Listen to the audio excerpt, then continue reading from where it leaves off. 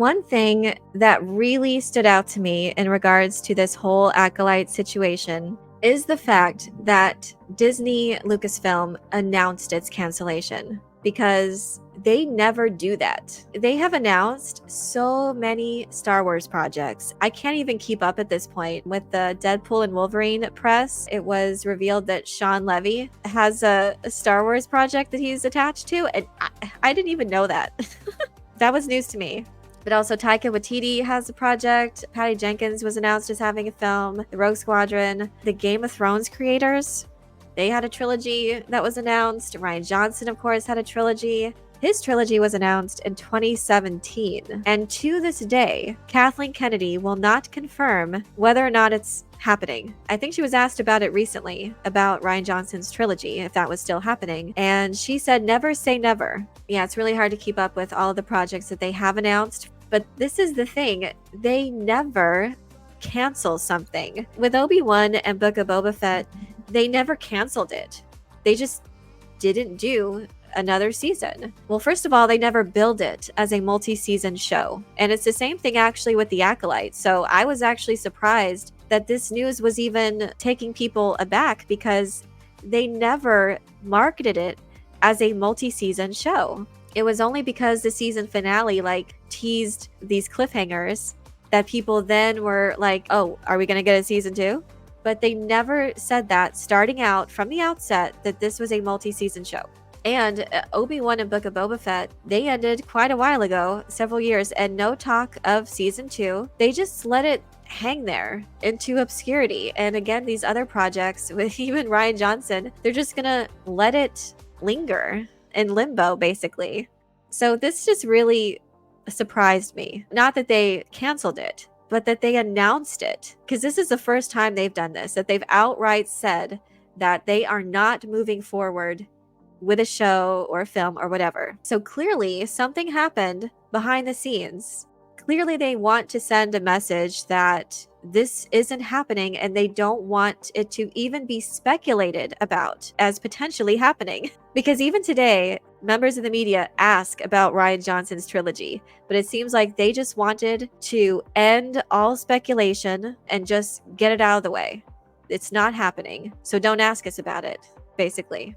So I can't help but wonder, what does this mean as far as what's happening behind the scenes? Because this definitely feels like a move by Disney more than it is from Lucasfilm, because Lucasfilm's MO is just to let things languish until people forget about it. It's hard to even remember all of the announcements that have been made, all the films and shows that have all been announced, and half of them just that never came into fruition. And now there's even doubt about the Rey movie, because there's been no movement on the script. They announced the Mandalorian and Grogu movie, and that's getting priority. I actually think it's getting priority because it was most definitely a repurposed season 4 of the Mandalorian. So I think it was just the most ready to move forward into production, and so they just wanted to get that out as quickly as they could.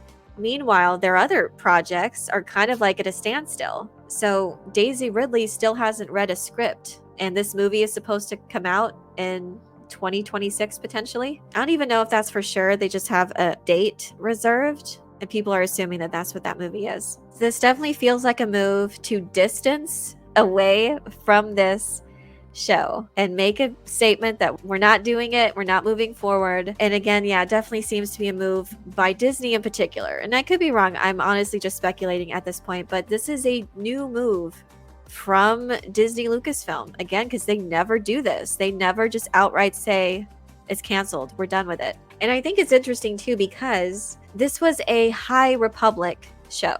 The High Republic era, when it was first announced, it was a campaign to launch all these books and comics centered around this particular point in time that they deemed the High Republic. And initially in that announcement, which was a few years ago now, it's been quite a while, they said it wasn't going to be in visual mediums, that it was just going to be solely books and comics, and that's it. But there's been reports of sales being abysmal for that new stuff, particularly the High Republic. And when I see those publications, I don't get the feeling of Star Wars. When you see some of the book covers to the High Republic stuff, the art style is not cool. It seems very cartoonish. And then when those books are sitting next to the Darth Bane trilogy, which has some great cover art, some very dramatic from the Legends books. People are going to buy that stuff because it's really like stands out and it looks dramatic and it looks cool. So people are going to check that out. But all of the stuff that I've seen, all the covers of the books and comics from the High Republic era just doesn't stand out. It doesn't entice me. I haven't read any High Republic stuff, but the new canon I'm not a fan of. So the rock characters from those books, right? Yes. Geode? EU Legends books have amazing covers. Yeah. And they're reprinting them now. So obviously they know where the money is in regards to their books and comics because they're doing new reprints of all the EU Legends. And even those covers are better, way better, more dramatic. They just stand out. They just like, they look so cool and just entice you to dive into this rich mythology. There's some covers that I don't like though of the new stuff. So if I can, I would strive to get the original Legends covers, but some of the covers are good, but some of the new art style I'm not a fan of. But even then, from the stuff that I'm not a huge fan of, it's still so much better looking. It looks so much more epic. But because of that, it definitely seems that because of the poor sales for the High Republic stuff, that they're trying to inject it into these other mediums. So first of all, they injected it in Jedi Survivor, the Jedi Survivor game with Cal Kestis. And it wasn't a huge part of the story itself, but there were elements and there were lore and certain characters that were a part of the story, but it wasn't a huge part of the story when it comes to Cal Kestis. It was significant, I will say that. And then there's lore that they put in there that you could read about the High Republic stuff. It actually did feel very forced, and I wonder at what stage was Lucasfilm trying to get them to inject the High Republic stuff into their story, because it kind of feels like that is like integrated, just tacked on there. It just feels tacked on. It's still a good story, and I do like that game a lot. But if it had any more of the High Republic stuff, I don't know if they leaned into it more. But it does feel like that they wanted, hey, these are popular games, so let's try and inject more High Republic stuff. And it definitely felt like, let's get more eyes on the High Republic, and hopefully that will entice people to buy those books and comics. And it seems that they were also trying to do that with the Acolyte show. So when that was greenlit, it definitely seems that it was in response to maybe poor book sales, and they wanted a flashy show to entice more people to buy that stuff, have that cross promotional stuff. But I don't think it's worked. They did actually announce some stuff at the D23 event, like a Yord and Jeki novel and a Vernestra novel, I think, that they announced. And I just don't understand. Do y'all not get how this multimedia kind of franchise operates? Because, okay, so your original thing, whether it be film or show, that you establish the world with, and you want it to be able to be built off of and expanded on in different ways. But you gotta first draw people in to that initial story. But if people aren't watching, then they don't care, then why are they going to be interested in the continuing adventures? So in regards to the Acolyte, I mean, do people really care about a backstory for Vernestra? Because she was a horrible character, a horrible Jedi. I would not want to learn more about her because I very much disliked her.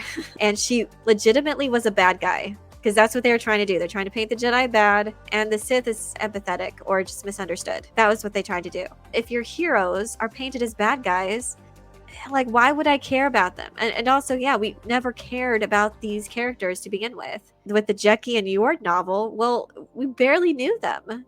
And we barely cared about them because you didn't write them well.